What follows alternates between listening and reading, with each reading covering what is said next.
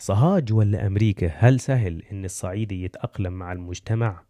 آه خليني أقول لك على حاجة. يعني دلوقتي أنا عايش في مينيسوتا بقالي 9 سنين، لسه زي ماني، وأقدر أتكلم صعيدي براحتي، وأقدر إنني ألتزم بالعادات بتاعت الصعايدة براحتي، محدش ليه دعوة بيا خالص. تمام، يعني حر أعمل اللي أنا عايزه.